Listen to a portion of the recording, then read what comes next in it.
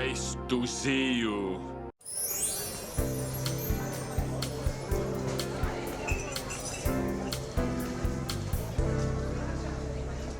Every time I heard Eist, I couldn't help but think of Eist to see you. Giving a shout out to Arnold and McBain from The Simpsons, underrated clip.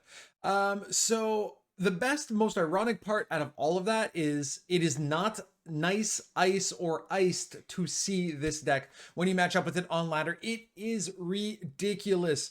The power potential of Eist in a short round with Yuta and Blaze of Glory is just off the charts. So I know everybody's been playing it. I know this deck is probably not mind-blowing, but it is absolutely solid. It is what I use to climb back to pro in very few games. So it went super well. You can check me out as always live, twitch.tv/TheOneChristo. Otherwise, let's dive into the deck guide. I've got a couple games for you as well that you can contrast and compare and see kind of how we bully some NG decks with this list. But I based this off of the previous Blaze of Glory list that I used. You can probably click up here, or it's actually probably over there, to review that video. So not much has changed. What happened was, in seeing Eist, I mean, I was already playing Blaze of Glory. We were typically using a greatsword, not Yuta, but yeah, how can you not want to use Eist? And I wish I would stop clicking on cards and making them disappear. But you've got this big bad boy. So what happens is Bloodthirst 2, he draws a card and discards a card. If that card is a Skellige card, it goes onto the board. Then you use your leader ability, pull Yuta out of the deck, deal up to 12 damage to somebody, and then Yuta ends up on the board as well. It's a veteran, so in round 3, this is 5 points. Yuta on board is 12 points, so that's 17 points, plus whatever damage you're dealing, so up to 12 more points, plus a drawn discord if you hit a Bear Witcher. If you hit a Greatsword, you're in the money.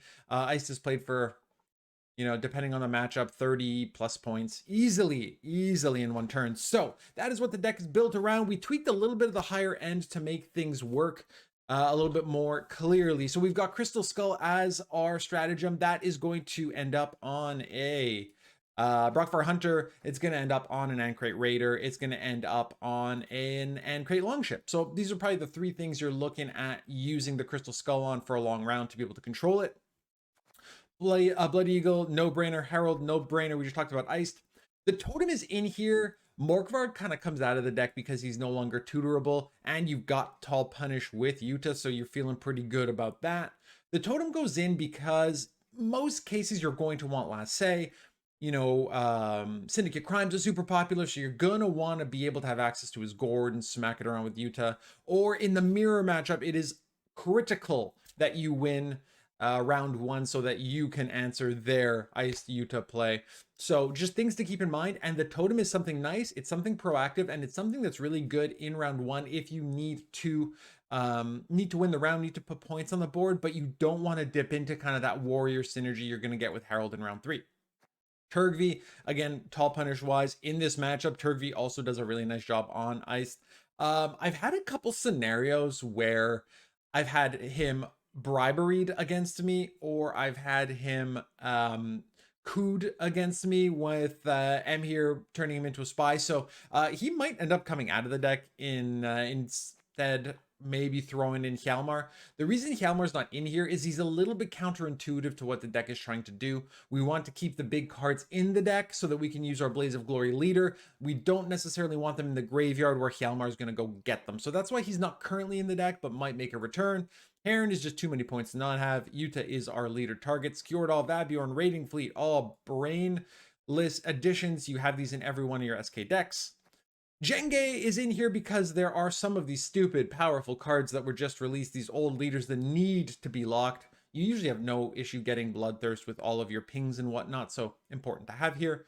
War of Clans is just nice additional removal. I have the Warrior, the Marauder, and the Hunter as your options for that. We've got a Greatsword. We've got a Stunning Blow just in case Keldar hangs around, things like that. Could easily swap that for a second Bear Witcher if you wanted. You've got the Bear Witcher here because that ties up nicely with Heron to have that back-to-back play.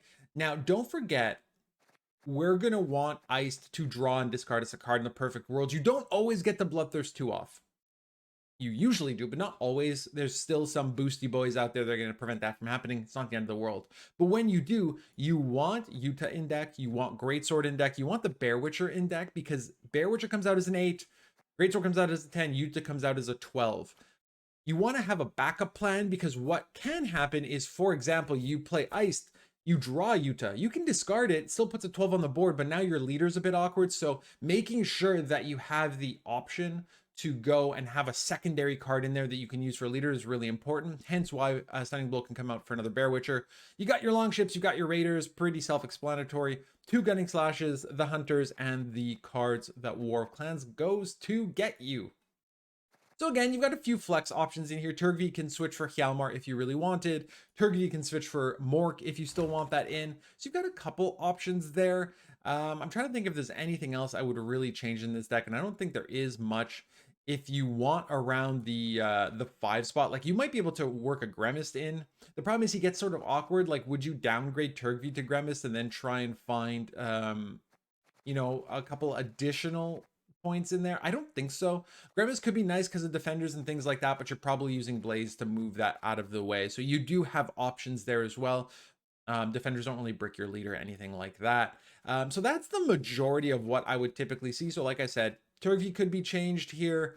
Stunning Blow could be changed into a Bear Witcher. And if you really want more units, you can even look at maybe kicking out a Gunning Slash and throwing in one of the Invaders as your backup plan, because the Invader will be a 7 in round 3. So that can give you another tool to discard with Eist or to use with your leader if need be. So a little bit of flexibility, but honestly a very, very powerful deck. I've got a couple games for you to check out. But in the meantime, if you like this deck, if you follow the link in the description to go and copy it, please upvote that link, upvote that deck on Play Gwent. It would be great, just additional visibility. So that is wonderful. And of course, you can subscribe if you so choose. Have fun with the deck. Don't punish people too hard. And don't be surprised if you don't get a lot of GGs. We had some nice success with this deck yesterday. So let's just cue into Enslave. The North shall tuck tail and beg for mercy. This should be fun. This isn't actually a matchup I've seen recently, but I think it's going to be a good line. I think it's going to do well in the meta. So if we look at our mulligans, obviously Eist we want to keep. War of Clans is meant to bring something back from the grade, so we don't need it right now. Stunning Blow could be good. The pings I kind of want, I might just kick the Warrior. And we get a Hunter. Okay, so the Warrior there is usually pretty nice to just get in the graveyard. One of my removal cards might have been the better option to either get rid of Gunning Slash or Stunning Blow. But we'll have to wait and see. I'm trying to think of what he would play that I would really need to remove. Obviously, Helpy Helga could be a problem. We've got the lock option for it though, so I think that's a way they win around. Hey, look at that. If it ain't the hefty Helge. So knowing whatever we commit is probably gonna end up in the graveyard, the options are that the Ancrate Raider hits the board, probably just dies to an Assassinate or something. I think I might try threatening this with that, but we might just run into a whole truckload of removal. I just wanted to take the shield off. After the shield now, we have options. This is fine. It's less fun than I actually thought it would be. Because the ironic problem here is we actually end up killing this as opposed to damaging it by one to then lock the Helg. So the other option, I mean, we can always potentially drop the Brock for a Hunter, ping it, and then lock it. I just wonder after that how much more we have. I wonder if we kind of play just unitless a little bit here. Not if we do that, and then we can come back with the Gunning Slash. I expect them to have a ton of removal tools. Yeah, so that's kind of the issue I expected here. But we're never actually going to get through that. So we'll take plan B, which is to ping this. We can come back with the lock with Jengi.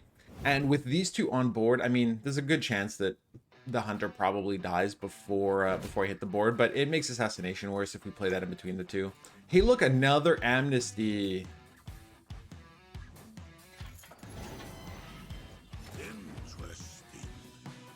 The problem, obviously, with this is the fact that we kind of run into a wonky situation of trying to remove things and set up our graveyard at the same time, and obviously we have not set up our graveyard for shit. So there's the assassination that we kind of expected.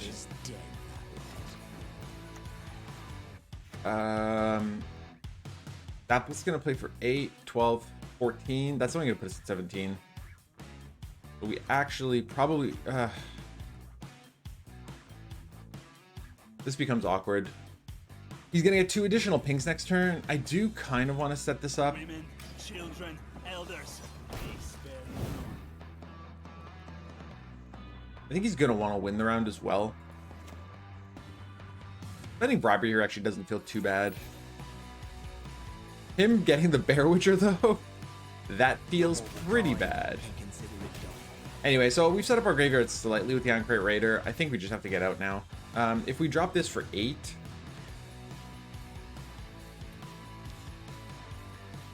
8, 16, we can play 20 points with the with Heron, and then playing the Bear Witcher on the other side of it.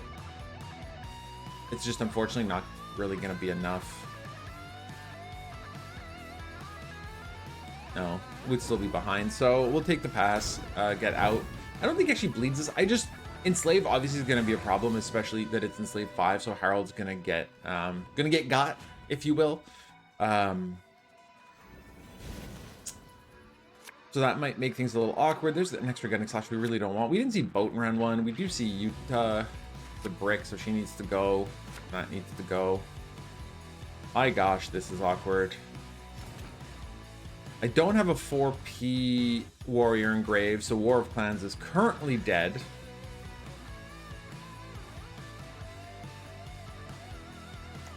We'll drop Boat because we'll grab the second one from Raiding Fleet, I think. I think that would be our game plan, but we're missing a lot. We haven't seen Blood Eagle. We don't have Herald in hand. Vadbjorn will grab it, so that's good. We would love to see Totem since we can't get War of Clans. But to say that this hand is awkward is a little bit of an understatement. So that's a brick. That's got to go. Vadbjorn gets us Blood Eagle, so that is just the best of news. What are we worried about? This is currently a brick. This is currently a brick. I'd love one of those two. I'm trying to think of what 4P engine he might drop. Shocking! Shocking that we, of course, would manage to brick, and we have nothing for Blaze of Glory. The bright side is we do get to pull... we do get to discard a card with Eist, so that would be that. The problem becomes our leader is a serious concern, since we can't really do much about it. We will need Blood Eagle as well to get... Please wait, Your Excellency. This is actually okay. That's actually okay in the way of flipping, because we click once. We're going to do 1 damage to ourselves. We're still going to gain 2. I'm going to do it before it gets any uglier. We'll just take it.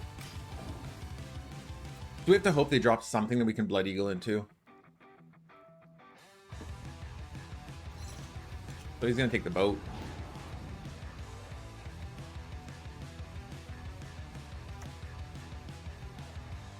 Ego's going to create a 1 power something, which actually makes us slightly happier. If not an illusion. Oh, well done. Your humble servant. Well done, sir. We just, honestly, our hand is so bad right now. There's very little we can do about it. Maybe proactive with the Ancrate Raider, because I do want to drop the Greatsword and have some sort of ping off of it. So if we can drop Greatsword, ping that. Actually, no. If we can get this off to get Harold out, we'll do it, because he did burn the Enslave on the boat, which I don't blame him.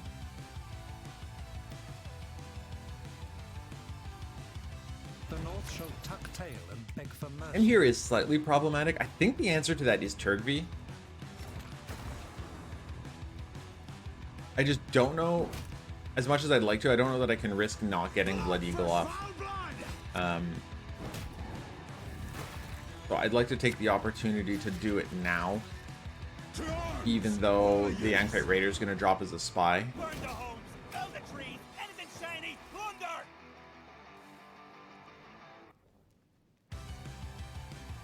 The spies don't really bother me that much. Except obviously that it makes his coup de grace better. But otherwise, I'm not terribly concerned about it. The real problem is the bricked Eist. I mean, he's not bricked. So Yenbo's going to eat that. I mean, which is annoying because he's going to bring down... he's going to bring back one of his engines, right? So I think we want this thing gone. Maybe we shouldn't have taken the turn to do it. Maybe we should have. It is what it is. I do absolutely need Bloodthirst to go off, though. So this we probably save for him to drop. If he drops, he's can very easily yoke him into Herald. And then pull up the Raiders, so I think we ping that with it. Otherwise, Ice discarding like a Bear Witcher is stellar because it gives you 8 points off of that, but we're going to have very limited removal options. Because the top end of what we can pull is a 5, and that's assuming we don't actually draw it with Ice.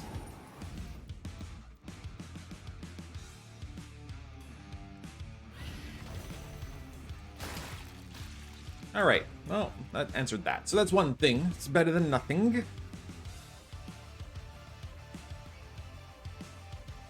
He's boosted by 4. He's boosted by 4. So the ping from the Bear Witcher is not actually going to put either of them into kind of Bloodthirst range, which is what I'm going for.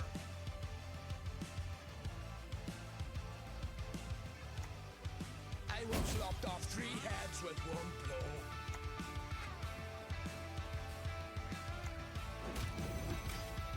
I'm going to do that because I want to get the extra point on the Greatsword. Though he did play his Amnesties, actually, so I'm not terribly concerned about it. Oh, there's Anna. The Blaze is a pain in the ass when he draws it. Don't get me wrong. It's not perfect, but it's a pain in the ass nonetheless. Where do we see any opportunity to heal? Probably none, really, so... technically throw it here. Need a hand? We're going after that because we want this, the 2 Bloodthirst, which we'll get from Eist. So next turn we can come back with this one. We'll probably ping another unit down if we can, because I don't want to run into the situation where he heals something up, for example. The good chance he probably blocks this with a spy like Joachim or something. Unless he was hoping to get that from Roderick and didn't. Or he missed his coup or something. But if I'm him, I'm probably looking at hitting Roddy with a coup or getting Joachim down, blocking my heal. Because we can go Bear Witcher, then we go Eist. Again, we're not removing anything big, unfortunately. And maybe look at working down Brathens.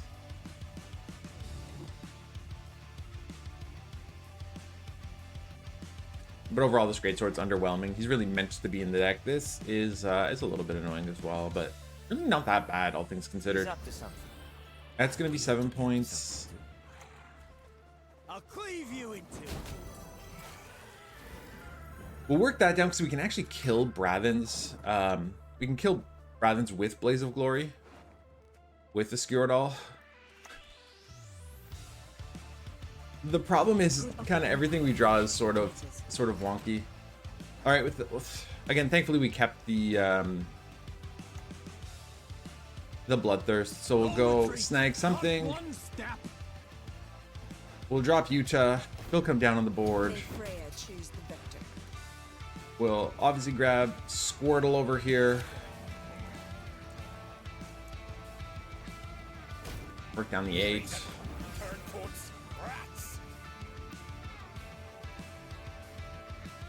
We'll have the Gutting Slash to, I mean, it'll do 6 based on the current situation, which is kind of nice. We can hit Brathens with it, and it's going to boost the Greatsword by 1, so we'll get 7 out of it. I don't know what he has in his deck for Blaze. It's probably nothing huge, probably a 4 or 5. One of these is likely Usurper and maybe Joachim or Joachim Coup. Him missing Joachim would be pretty solid for us. But I mean, the fact that we're still up by 35 is a pretty crazy sign, considering Utah didn't even go off the way we would have wanted it. Yeah, Turgvy's kind of a problem here, isn't it? Oh, I love the smell of a burning village in the morning.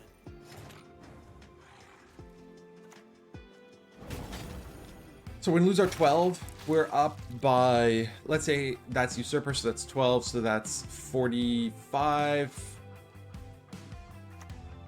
It is not. It's Fergus. That's probably not enough, actually, because he'll get 3. And he'll chuck my Herald back at me. And we'll take the win by 6. So, like, this deck is just honestly silly and spits out points. It's really unfortunate. It's a little gross, to be honest. Because of just the potential to put points together, even though, you know, you draw poorly, you make a mistake and take a bad mulligan, things like that. So, worked out very, very well. Let's get into the next one. All right, let's try and work into a better hand this time around. Our opening hand was a little bit awkward. Obviously, we didn't get Blood Eagle off, really. We're going to get another Nilfgaard matchup, this time with Imposter. Imposter locking something on our side, I'm not terribly concerned about, to be honest, and getting a base copy of it. It's not like the end of the world. So here we have some interesting stuff we can play. I actually don't dislike this hand at all. We're going to look at kicking War of Clans. Obviously, these guys are who we're going to want to bring back, so we're probably going to move that out of the way. This gets us access to Boat through Bleeding. The problem becomes we don't have a proactive play without it, right? Because our proactive play is the Boat right now, so maybe we just don't take another mulligan as much as I would like to. Just because we don't have like Herald in hand, but that gets us access to it. We should, in theory, be okay. Let's keep this. This can still get us access to War of Clans if we do it later. Or a second Boat, though that's probably kind of unlikely. So we don't really want to spend Babjorn. If we weren't going first, I absolutely would have kicked the Boat and grabbed Bleeding Raiding Fleet with Babs. But I think this will be okay. He shouldn't have any great answer for this right off. The 8 power keeps it away from like Leo or whatever. I don't think most of them run Vincent at this point, though we can find out the hard way. In this, ideally, in any matchup with this deck, you want to be running as much as you can in round 1. Hence the inclusion of Totem to try and win the round and get last say, so things like Turgvi on your Yuta don't happen. Or Heatwave Honor, or things like that. That's obviously the tallest target you have in the deck. Greatsword is often a backup. Like, we could have mulliganed this, to be honest, but I do find that in some matchups, this actually does a lot of good work. Okay, so he's just going to come down with the hunting pack and be easy peasy about it. I don't really care about that. We've got Bloodthirst on the board for a lock if we need it, so I'm going to go with the Greatsword. Like I was saying before, he doesn't need to be around. We don't actually have another warrior to play that Harold would bring back, other than the Marauder, which we want to save for War of Clans. So dropping the Greatsword now is actually not a bad idea. Plus, we can follow that back up with the... Oh, there's a lock anyway. Not entirely surprised by that. But again, we don't really need to do much, right? We don't need to answer much of it. We can Blood Eagle also later for like a Raider or something if we wanted. But I'd rather keep that for something a little bit more... situational, right? Because you do have the tutor. We're a little bit behind in points, but not really a big deal. At this point, that does some good damage. We can always, again, drop Totem to get us a good burst of points. And we also have Heron, which we can play next to the Greatsword, so he's just going to keep thinning. Which, like, don't get me wrong, it's a little bit annoying.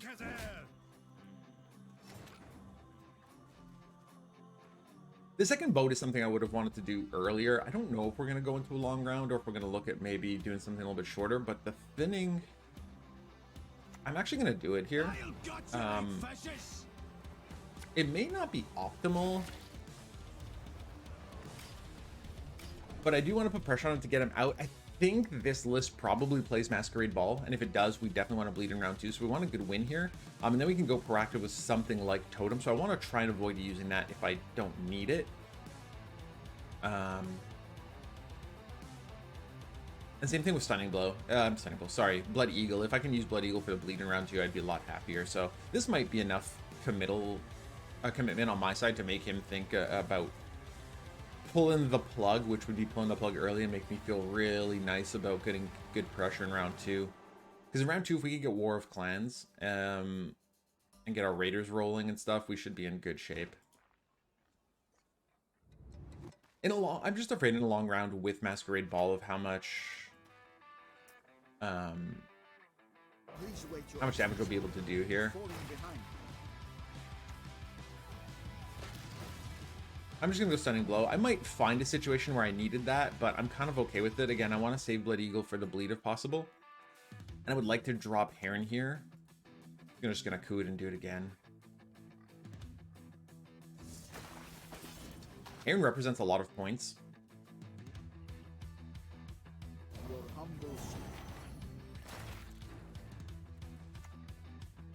Because we can go drop this. All that dancing around. It's not for me. Do that. So just clicking this is 4 more. And then, I mean, we're in a situation where we might actually just go Blood Eagle.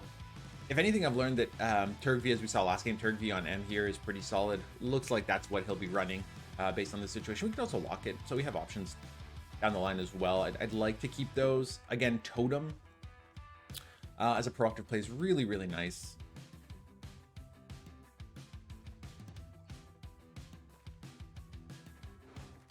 We're probably just going to tutor out the Raider.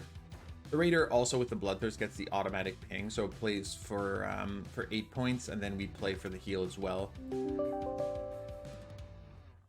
We can give a little poison over here. But the double ping like barely makes it worthwhile, right?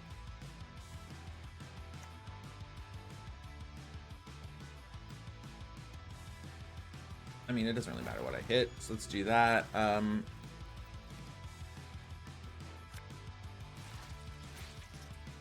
Very corpses? Nay, feed our foes to the crabs while they still live. I'm including that just in case he plays the thing that falls here that boosts agents, but I wouldn't expect it. Okay, so if he comes down with another, let's say 5 points, worst case, Cupbearer on that, that's 10, that's 27, he takes 2. I don't even think we click this, I think we save it in case we grab our other Bear Witcher. Yeah, exactly. That was way too many points from the comeback, even with another poison, so I think there was just a threat there of it, but this is totally fine. He really, honestly, has not committed anything. He spent a coup on an emissary just to kind of help him put a little bit of pressure and get out of the round. I don't really want that, and I definitely don't want that, and I got that back. Okay, cool. So, from a bleeding perspective, this feels a little bit awkward. It's not exactly the hand I would like. I think we start with the totem. Like, I don't even know if we bleed that much. We really just want to see Masquerade Ball. So I'm okay with coming down with the Raider next. The Raider also helps establish some Bloodthirst for us to be able to go get Jenge to lock something if we need it.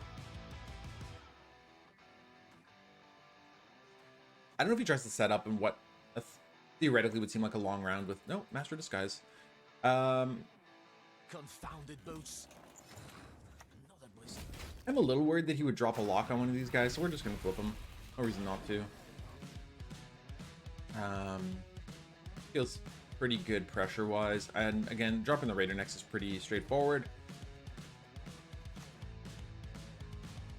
He's going to go Usurper here to tie us up. I do wonder if there's an option to get out here. Because now that he's done this, I mean, this keeps us ahead of ball, but now that he's done this, he's definitely putting the pressure on us. We could activate Blood Eagle if we needed to, and like try 2-0ing him at some point if we really wanted. But he wants us out, so we're gonna keep going.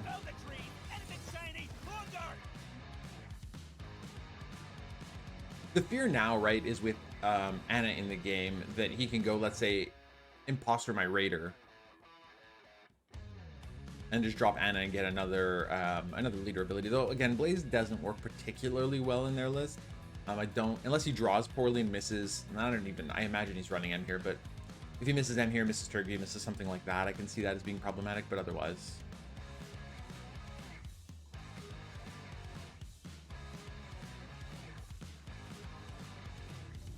like if he comes back with ball, we just pass. I'm trying to think of what else he would drop that's like heavy on the points. Come Cupbearer and poison something.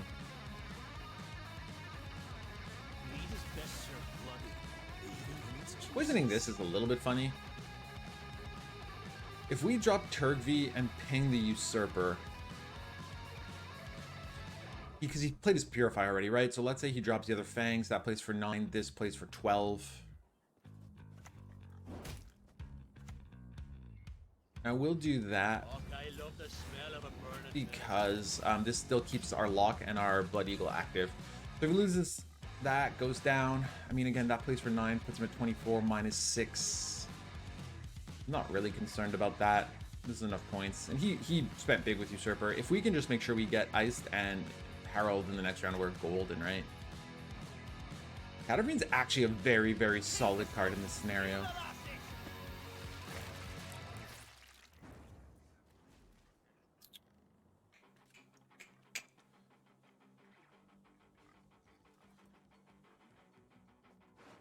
I'm wondering if we can try and 2-0 here.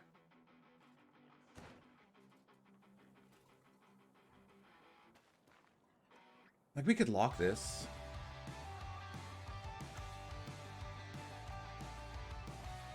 You're coming with me, dead or alive.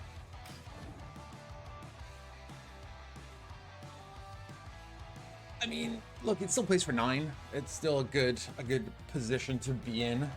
But there's the Imposter coming through. He did that just purely for points. It does set us up an even nicer Eist in reality. Ooh, Banamar. Maybe he doesn't run Bleagle and I'm just... Nothing now. Not Bleagle, Masquerade Ball. Okay, so if we hit for... We get 16, 18, and 9, 27 points. You would need 20 and 2 cards, actually. Like, pretty silly how good that is. I don't know how he gets 20 and 2 cards, to be entirely honest. We have nothing locked on the board, nothing he can seize. We don't get the discard. I don't think I care.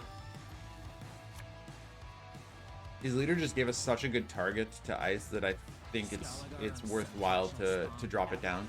And Harold in a short round still is perfectly fine, so I don't see a reason why not to do this at this point. Let's see if we can pull out 20 points in 2 cards. I mean, Yenvo would be 12, right? He hasn't spent that yet. And he doesn't have it. It just spits out points. It's too good if you get a lot of value, right? We Blood Eagled plus Eist. Blood Eagle plus Eist is, in this scenario in round 2, was 6 plus the 12 of Yuta hitting the board, so it's 18, plus the 8 damage we did. 9 damage we did, sorry, is like 27 points in 1 turn with leader and 1 card, and very little setup, so feels really nice, honestly. I know we bullied a couple NG decks, but typically works fairly well. The only thing I would say while we're talking about this specifically is for Skoya, just Skoya traps specifically, you need to bleed out their stuff and keep some low provision cards in hand so things like Crushing Trap don't absolutely demolish you. Oh, what a lovely tea party.